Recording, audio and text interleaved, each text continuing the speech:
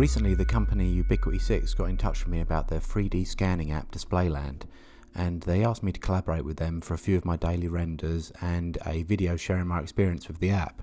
I've put a download link in the description below. These are the renders that I produced for the letters M, N and O as part of my 36 Days of Type series. I incorporated supplied scans and scans I made myself at home and outdoors using my phone. I wanted to take you through the best practices I found for getting these scans, how to get them into Cinema 4D, work with them and setting them up for rendering. I'll spend a little time showing the process for each of the renders from start to finish. Please remember to like and subscribe and you'll be notified when I post new tutorials. Okay, let's get started. So to start off, I'll take you through the process for scanning your object or scene. As a heads up, I have an iPhone 11 with the latest version of iOS. I believe the newer the phone you have, the better.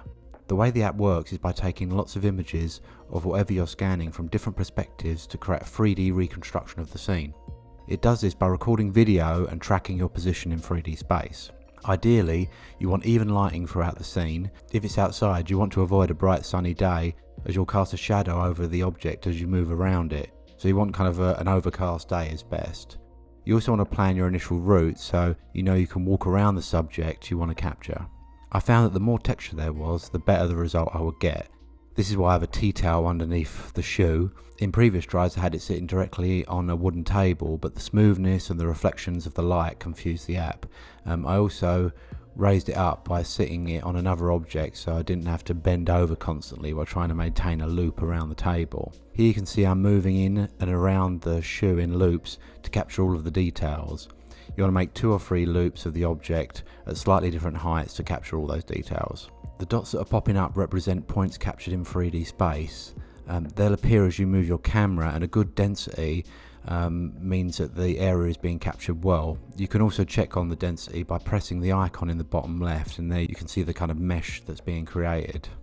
The bar at the bottom of the screen measures your capture progress, counting the number of perspectives from which you viewed the scene. I spent a few minutes scanning my scenes before getting to the minimum amount required and then uploading to the server. For the shoe, I made 2 separate scans, one of the top of the shoe and one of the bottom, with the idea of then combining them together in Cinema. Thinking about it now, I may have been able to hang the shoe up and then walk around it, but this is the route that I went with at the time. When you're done, you can upload your capture to the server and they will process the data and then update you when it's ready to publish. Depending on the amount of detail, it can take a few minutes to a few hours getting your scan back to you. There's also a social element to Display.land, so you can share your scans with others to explore once it's all finished. I'm on the app as @PerryCooper. When ready, you can choose to send a download link to your email of an OBJ file with the photographic texture. So now let's look at how I worked with the 3D objects in Cinema 4D to create those 3 renders. Okay, so first off I'm going to talk about how I got to this animation with the fire hydrant. We can open up file on my desktop. This is like the type of file you'll receive from Display.land once you download the zip file. The scale, I usually put this scale up because otherwise when you zoom in it will cut off, so I will put it at a higher scale for the size, and then it will come in like this and it will kind of have this kind of semi-transparency. So what you'll need to do is just turn off transparency, this reflectance and alpha, and then you'll have your solid color from all the photographs you took from your phone. Okay, so for this object, it's not coming straight. Now this is one that I actually got supplied by Display.land. It was the first one I had, so I thought I just want to see what kind of stuff we've got to work with. Now, you know, I like this model, I like the textures that are on it. I press render, you can see, you know, it looks pretty good. But obviously I wanted to get to this version where it's kind of more stylized. And obviously put this chain on separately and then have this water in between. So I'll show you how I kind of manipulated this model. So the first thing I did was just kind of cut off the bottom. And cut that, I just slice that off. I'm just going to kind of give you an overview of what I did rather than going into like super detail. And then you'll see we've got this chain on here and I wanted to get rid of that, and then also I wanted to have kind of a pipe kind of here that would, you know, that we'd have the water coming out of. So I actually used the volume builder to work with that. So there's a couple of things you have to do. So I'm just going to get rid of the material and get rid of this chain as well, because obviously I want to put another chain on. It's going to be difficult to move this one because it's stuck to the edge of it. Okay, and you might have this problem when you scan something and you want to adapt it. But if I go into point mode, it'll be pretty rough and just kind of delete some of the points here. And then what I'm going to show you, I won't get too neat about it. I think what I'll do just for the moment is to show you how I kind of tidied up the bottom and tied it up like a section here, but it's what I did for this section as well. So we've got this, and let's just say I want to clean up this little area here as well. I'm not worried about the material because on this one I just want it to be completely red. So I've ended up with these kind of all these bits cut out, and obviously it looks like a bit of a mess. So what I did, put this into a volume builder and a volume mesher. Okay, so there's our object. And obviously the first thing it's done is everything's just disappeared because we've got to change our settings. So on here, I think I'll put this quite low, something like 0.5. And then we're still not getting anything. So on the volume mesher, we can change the settings on there. This voxel range threshold, if we pull this up, you can see that it brings more detail in. There we go. So now we've got more detail coming back again, okay? I actually might put this up to like 1. We probably don't need as much detail because I'm going to kind of want to smooth it out anyway. So we've still got this hole, but obviously now it's in a, we've got a volume builder. Now we can actually add our own bits in to tidy this up. So if I bring in just a simple cylinder and then rotate that. Actually, let's go into the top view. Actually, what I should probably do is also rotate this so it's everything's actually at a 90-degree angle, roughly. Okay, there we go. Okay, so then with our cylinder, let's bring this down to 90.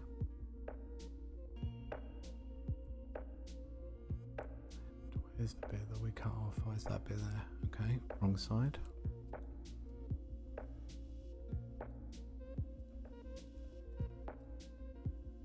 Okay, so what I'm just going to do is line this up.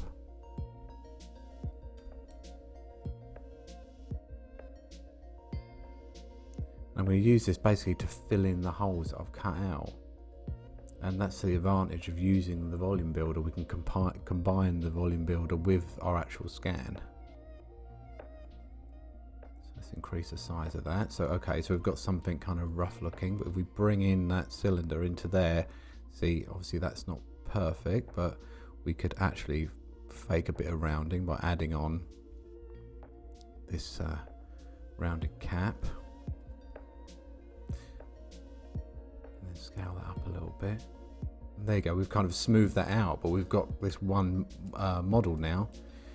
We can also do that over here. I think this is where I created this like a hole in the side. So again, I did that by going to the side view. I just want to make sure I cut the right one off, this one. So for this, I'm just going to cut that whole section off. Okay. Oh, I've cut off the wrong one for now, but you'll get the idea. It was that one that I cut off. I'm just going to do it over here instead. Okay, and for that, just brought in this tube.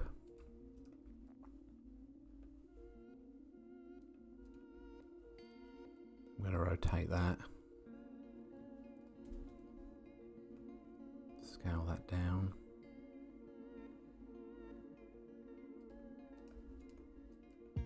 You can probably see where this is going. We're just going to kind of use this like to mold it like clay, our original model. So I'm going to open that up. And then I'm going to put this inside our volume builder again. See, there we go, we're building that up. We can put a smooth, oh yeah, I had a problem putting smooth layers in because we've got this kind of fine mesh. There's so much detail in there. I had problems actually put the smoothing in, so we kind of have to cheat it in another way. So we can add more detail into our object by changing the rotational segments. Just put that up. Fill it in the edge to smooth it out. Bring that in. Move that around. Okay, so there we've created that kind of pipe, and you could add on additional bits as well, but you've got this like solid model. Did the same for the base as well. Just bringing that in, scale that up, move that into position.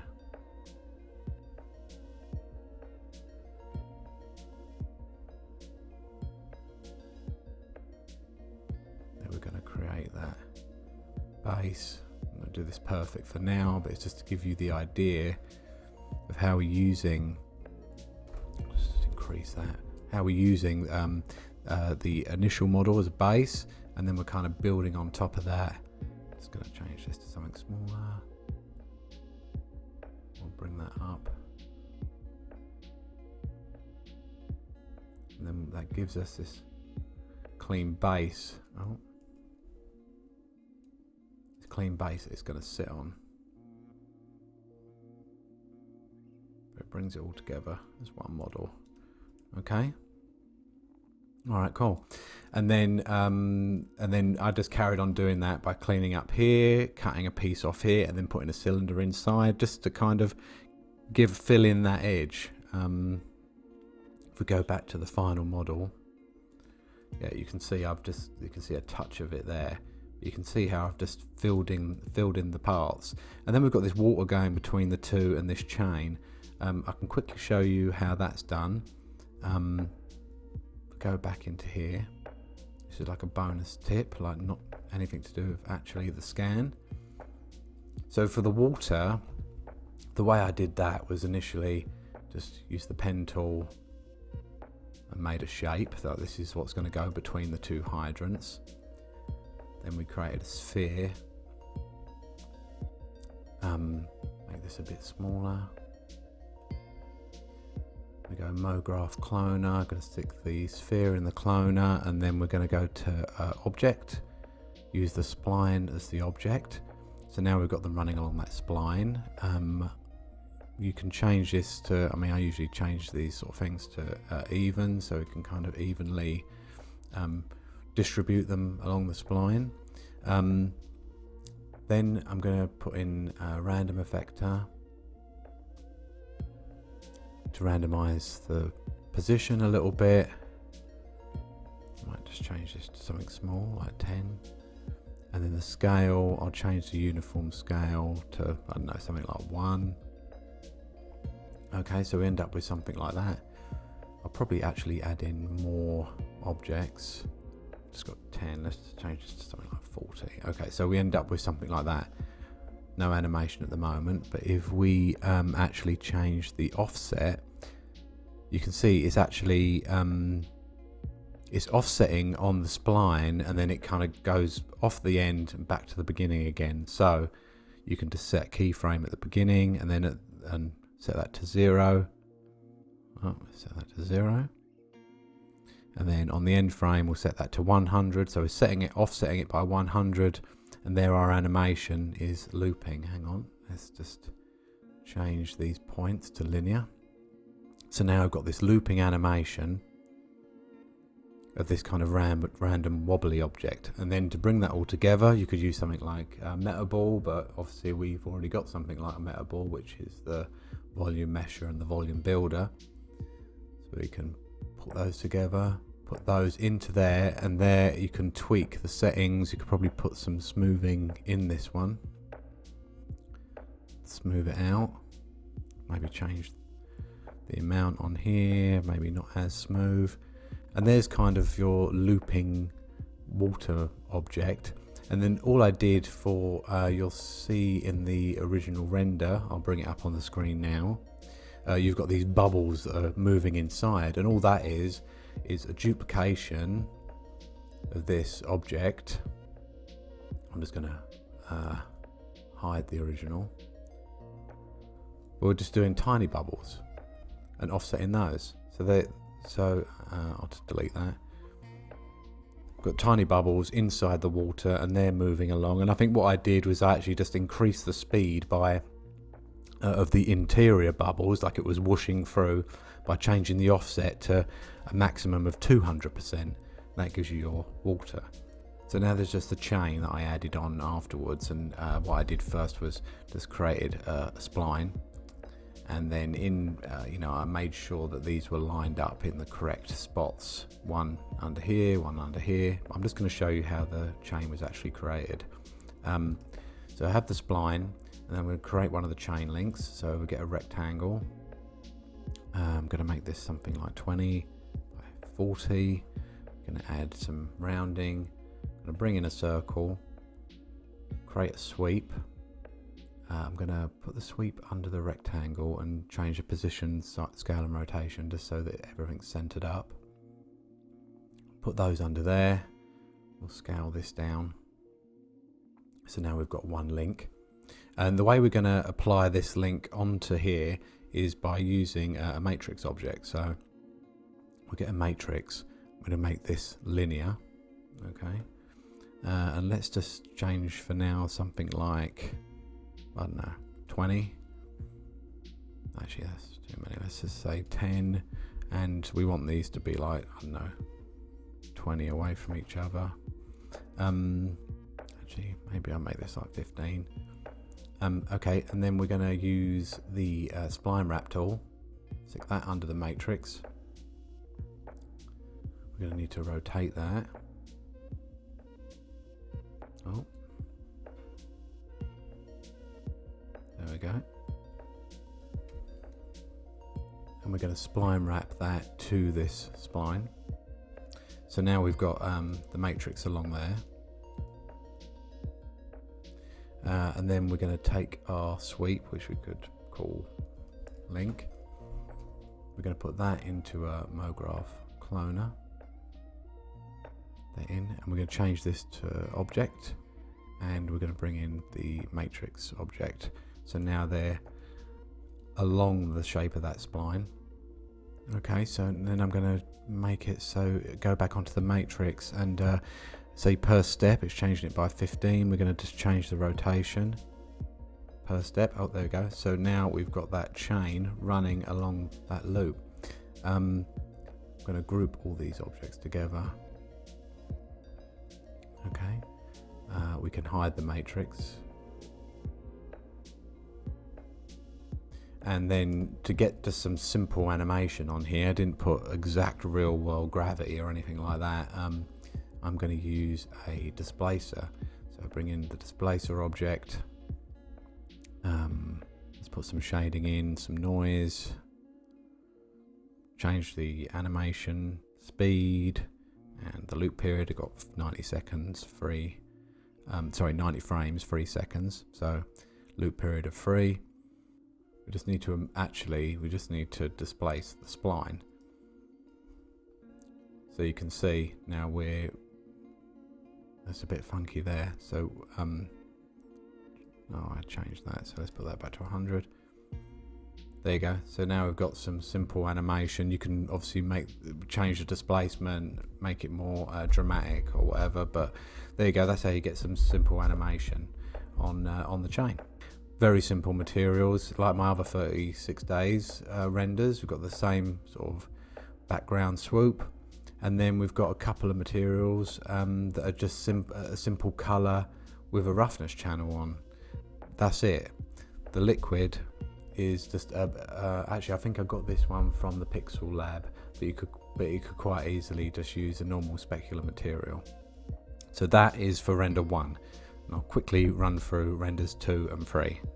Okay, now for the end, there's not as much going on. We've just got the shoe pointing up and the shoe pointing down, and those stones move in between. And the stones were basically done in the same way that the water was done, but obviously with a couple of random stone shapes, and then they're being looped on a spline between the two. The shoe itself, if I spin around it, you can see that we've actually got, let's actually spin around the shoe and not around the scene. Let's spin that around. There's actually a decent amount of information here in the shoe. What I've done to get this in, because the model, you can see from the model, it's like got in a certain amount, but it's not got all these fine details, and that's because we're scanning quite a small object, but the camera is picking up all of this information that we can use. So in the diffuse channel, I've got a color, and then I'm only mixing the material in by 0.8, so basically 80%, because I wanted to kind of stylize it all, look a bit browny. So if I just change the mix back up to 1, and you see, because I had 2 scans, I had a scan of the top and a scan of the base, and then I basically just mashed them together. You can literally see that actually looks like it's stepping in mud, but I literally just mashed them together. If I just grab one of the pieces, there you go, you can see where I literally just cut it off, slapped it together, and that was about it. But you know, for the render I did, it did enough for you to be able to see what was going on. We get the base. I'm going to take this back up to 100%, and there you go, there's the actual scan of the shoe in full, and it's got quite a pretty, you know, large amount of detail in there. I mean, in my final render I didn't even show the bottom of the shoe. You can see here where it's kind of overlapping a bit, but I wasn't being too conscious of it because I knew in my render I wasn't actually going to see that. I'll just rotate this back round again. I'll tell you how I brought kind of more detail in. So as well as changing the color here, we've got the diffuse channel that has the image texture that we brought in. In the roughness channel, I brought the image in again to add some additional roughness in. And then in the displacement channel, I actually brought in our original material as a displacement and just had a little height amount of 1. Make sure your detail level is 4K, so 4000 by 4000. But you know, if I up this, you can see it's going pretty bonkers. That's just the bottom half. But you'll see that it's adding in just enough detail to kind of make it, you know, make it look really nice. If I turn that displacement off on the top layer, that's what it's like, just the scan. And you can see here with just that material on, it's, you know, it kind of looks like it's covered in cellophane or something. We turn it back on again, adding in all that additional roughness. It just takes it to a whole other level, makes it look super nice. And then if you don't use it, I would suggest just to add a kind of a little bit of random motion to things using the vibrate expression tag. With this, you can get this from, let's just turn this off. We go up to tags, Cinema 4T tags, and to vibrate. This is how I kind of get regular up and down motion or slight rotation. Let's just say, for instance, I want to enable position, and I want it to go up and down by 5 centimeters. Okay, and then the frequency is how many times, I think it's how many times per second. There you go. So it's doing that, but it's kind of doing it a random motion at the minute. If you want it to make a regular motion over a period of time, then you turn on regular pulse. Let's turn this off. There you go. So it's far too much. The lowest you can put this down to, for instance, for here of 4 seconds, is 0.25, because then you've got down, up, up. So that gets you back to the original position. And then you could add more to that. You could enable rotation, but we could maybe make this like 4 by 4 by 4 and change that down to 0.25. And that gives you some random, well, not random, but like a regular but smooth piece of motion that kind of adds to your overall animation. It's really nice. But so relatively, that's quite a simple setup. Once you've got the scan, bring your assets in and you're good to go.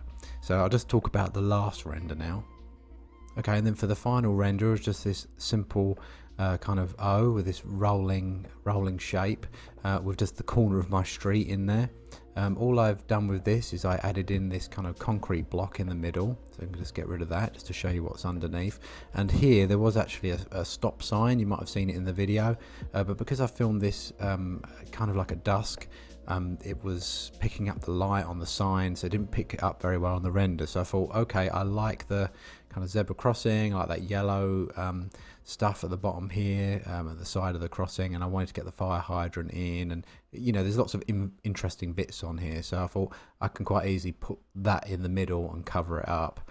I added in some leaves on the bushes, and all I did for those was did a simple plain object. I then put that into a cloner, and on the original scan I actually just selected an area that I wanted to apply those leaves to. So selected the polygons, then went select, set selection here, and then for my cloner, when I say I'm applying it to an object, rather than dragging an object into that section, all I did was dragged in that set selection to add my leaves in. And if I've got the same see vibrate expression tag on there, which is just moving the O left and right, but then it's also rotating it, see, by 0.25. Right, now if I delete that and just press play, I'll pause this so you can just see here. See, these are just doing some random motion using a shader, which has some noise, which is just driving the animation. So it's relatively simple. And then for this kind of creating this side, which kind of followed up here, I used a simple bool tool. Where is it? This one here, to make an intersection between the ground and a cylinder.